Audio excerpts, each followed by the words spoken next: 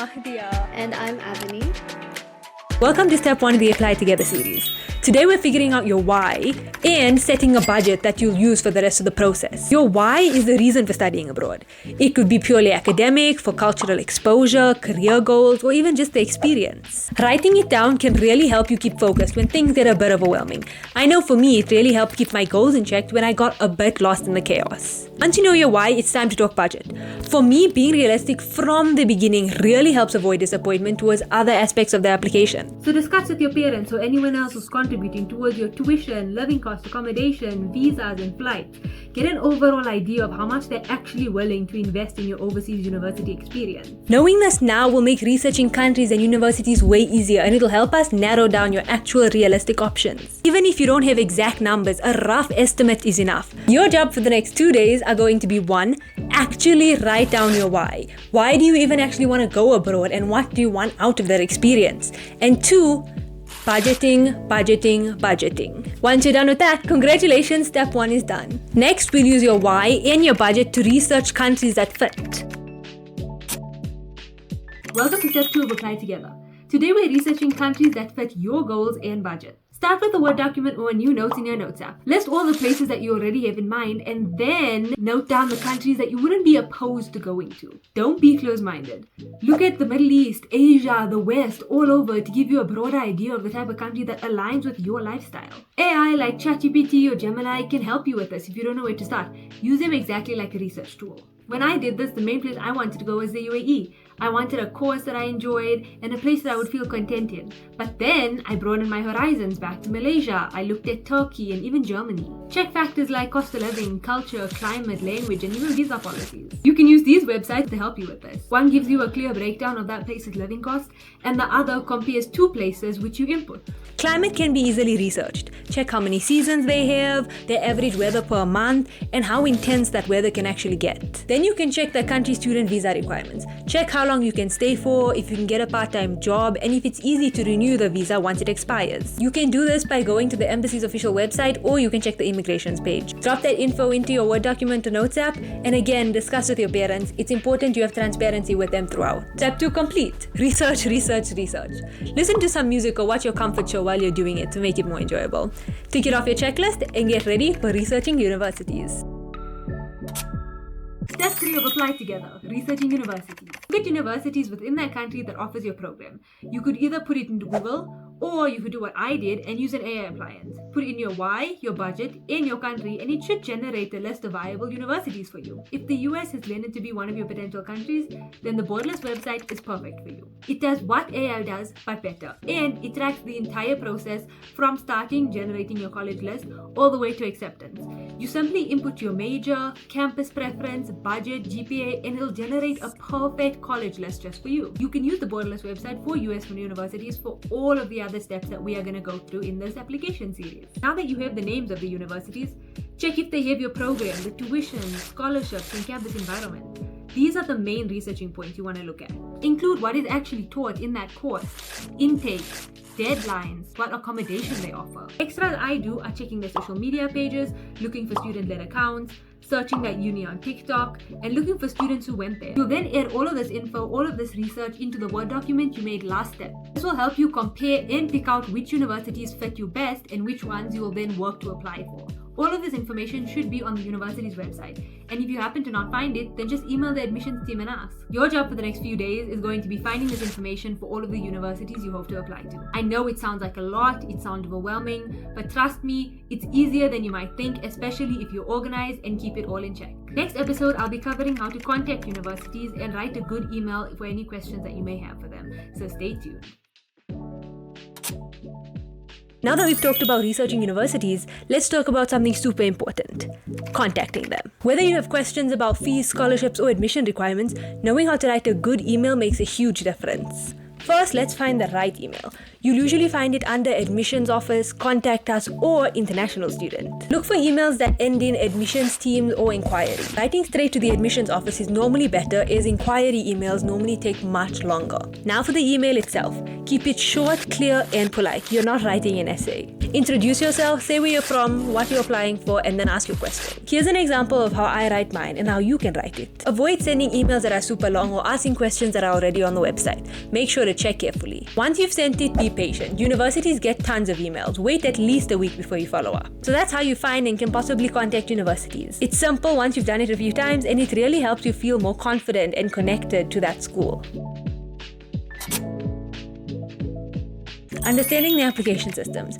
Before I start applying, I like to look at the different applications for each country. They all work a little differently. Seeing them early on can save you a lot of confusion later. When I was getting ready to apply, I actually logged into the website as if I was applying then and there, just to get an idea of how the application actually looked and what documents they asked for. Each country usually has their own systems. For example, the US has the Common App, the UK you can apply through UCAS, and Germany often uses UniAssist. So now it's time to go back to that list of countries, to that list of universities that you want to apply to. You can literally log in and make an account on that university website to look at the application and the type of documents that you need, and then we can start preparing them in the next episode. Most of the time it's more than just grades. They can ask for an essay, recommendation letters, a scan of your passport, language proficiency, or even certificates of your achievements. Even if it's optional, you should go the extra mile and upload it. If you're applying to the US, I really hope you've started using the Borderless website. It keeps everything organized, and like me, it takes you through the entire application step by step. It's a lifesaver. If you're watching me,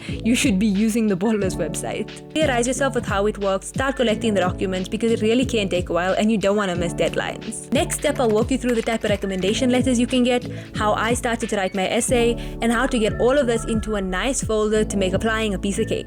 So tick this off your checklist and you're one step closer to applying abroad with confidence.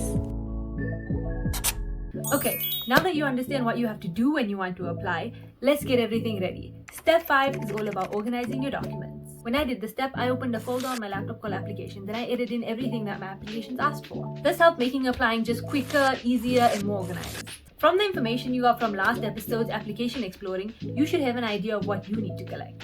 For me, it was my personal statement, my passport picture, statement of results, recommendation letters, and certificates from achievement in courses. Usually they want all of these in a PDF document form, so you can scan them with a printer or your phone, or you can just take a really clear picture of it. I recommend using a laptop for this entire process, making a folder and everything, just because it makes everything so much clearer, and even when you're doing your application, you should use your laptop because it's easier to see. Once you have pictures of everything, you can email them to yourself and upload them all into a separate document for each category. For example, one document would be for your recommendation letters, another for your essay, another for your passport, another for your certificate. If you don't have recommendation letters yet, this is a good time to ask your teachers. Give them time and clear detail about your course and deadlines. And make sure every recommendation letter has the school's official letterhead. Once you're done with that, save all of the documents in the application folder and as a PDF. I was going to explain how I started and wrote my personal statement in this video. However, I don't want it to be too long, so I'll upload a separate video tomorrow explaining how I did it if you haven't already. Once you've got all of these documents loaded and ready, we'll be able to actually apply. I know that collecting all of this takes a while, so the next episode will be me speaking about scholarships to give you a bit more time on this step. See you in step 6 and good luck collecting everything. Okay, this is one of the more important and more stressful parts of the application, your personal statement or your essay. I know that there are a lot of ways that people do it, but this is how I went about it. Before I start, if the US is one of the countries that you want to apply to, I really hope you've already checked out Borderless, and if you haven't, go and check it out. It not only, as I've mentioned in previous steps, generates the perfect college list for you, but it'll help you with things like this, your essay, more than I can. Okay, so the first thing I did was I started writing down all the questions or everything that I needed to put within the essay. And that would be what sparked my interest, why I want to study it, what I've done so far, what have I learned from all the things that I've done, and my future goals. Then I started answering these questions naturally, one paragraph for one section. First my initial interest, then my school subjects, then what I've learned from my school subjects, what I did outside of class, and my future goals. Once I wrote all of these paragraphs down, I went through it again, edited it. You'll find small improvements that you can change, the wording, the flow, even the structure. After going over it a few times by myself and editing it to the best of my ability, I went through a teacher that I trusted and I knew had experience in this to help me go through and discuss it with me. After discussing it with that teacher, editing it to make it even better, I handed it over to a counselor to give me the green light. I know the way that I've listed it out seems really simple, but I really had to go in and edit it multiple times. I had so many drafts between my teacher and even the counselor. This essay is where your personality shows, so don't be too stressed, don't try and make it too perfect, just be honest, authentic, and make sure that your story is clear. And again, essays from each country can vary. Like an essay from the UK and the US very different. So make sure you know the type of essay that you have to write. Something that I've learned throughout this entire process is just to make sure that everything that you write about connects to your major, connects to what you want to study, connects to that course. And another thing is to make sure that you don't list out everything that you've just done. Make sure you explain why you did it, how it helped you grow, and why it made you into a student better fit for the course than someone else. It can be a really overwhelming step, and honestly, this step was the most overwhelming for me, but with a little bit of help from your friends, from your parents, from your teachers, from borderless themselves, you'll find a way to do it. So to give you a bit more time, the next step will be about scholarships. Let's talk about scholarships, a step that can really make studying abroad possible. I'll share how I went about it, which is kind of simple, and ways that you can take a step further. Honestly, I didn't do deep research at first. I mainly checked each university's websites to see what scholarships I was eligible for. Once I got my acceptance, I emailed the admissions teams asking them about the availability of scholarships, deadlines, and what other financial aid forms I may need to fill out. Start by looking for university scholarships, government scholarships, global funds. You can even check for bursaries within your country. Just do a little digging, do some research, and I'm sure you'll find something. But honestly, the main place that I just started was the university's website. In my document, I then added all of the information about the scholarships, eligibility, requirements, deadlines, and all of that. Apply for everything you qualify for, even the small ones. Some might only cover accommodation or even just books, but every little bit helps when you look at the overall cost of moving overseas. Even if you don't get one right away, don't lose hope. Often there are funding opportunities after your first semester even. You just have to keep asking them, keep checking the university's portal, and when something comes up, they'll think of you. Scholarships can be a bit tricky for every single university. They are so different, and we do get a lot of questions asking about them. I personally, again, do not have that much experience, but I'm sure you can find people who have. Look at the borderless articles. There are tons of people on there who have scholarships, who found other way of gaining financial aid. Again, with emails, find the financial teams one, email them, explain to them your situation, and see what other scholarships you may be eligible for. We're reaching the end of Apply Together. The next step will be preparing for submission, so stay tuned. Now that you've done all the other steps, it's time to do your final checks and prep for submitting. Have all your documents that you prepped in step 5 ready in the folder. Read through your personal statement again. Ask a friend, a teacher, or a family member to proofread it. You want it to sound clean and confident. Label files properly. Use your full name and the document type. Keep everything in PDF format unless asked otherwise. If you need recommendation letters, make sure your teachers have sent them or are ready to. Don't do it last minute. There are always some small things that go wrong, some things that you might want changed. So just make sure that you have it time beforehand. That's why we're doing this, preparing for the submission. Each university might ask for slightly different things, but because in step 4 we explore the application systems, you should have an idea of what everyone is going to ask for. This step really saved me time and panic. You'd be surprised how long it'll take to check everything again, and you don't want to do it the same time that you're actually applying, because then it's going to take you double the time. Check fonts, formatting, and that your essay is actually in paragraphs. So just go through everything one last time, finalize your essay, finalize your recommendation letters, finalize everything. Make sure it's all set and read, and let's apply together in the next episode. Okay, the big step. Actually submitting your university application. Start with one university at a time. Log in, take a deep breath, and look through every section carefully. Double check your personal details, upload all of the required documents, and make sure that everything matches up to your passport and transcript exactly. This is where all of our preparation pays off. We've already named and organized all of the files, so all you have to do is upload it and move on. Before you hit submit, go through the entire application again. Check that everything says complete, even the optional ones. Remember, you really want to be uploading all of the optional documents. Some universities do charge an application fee, so once paid, hit submit, and that's your first big milestone. You should get a confirmation email once it's received. Take a screenshot or save it just in case. Repeat this for each university, and as you're going through, write down the university name or tick it off a checklist. It's the same process for all of them. Just make sure you're double checking all of the information, and if there's some glitch or error, make sure you email them as soon as you can, explaining what it is so that you can apply. That's it. Your applications are officially out there. Take a deep breath, celebrate. It has been a very long process going through everything, and now you wait.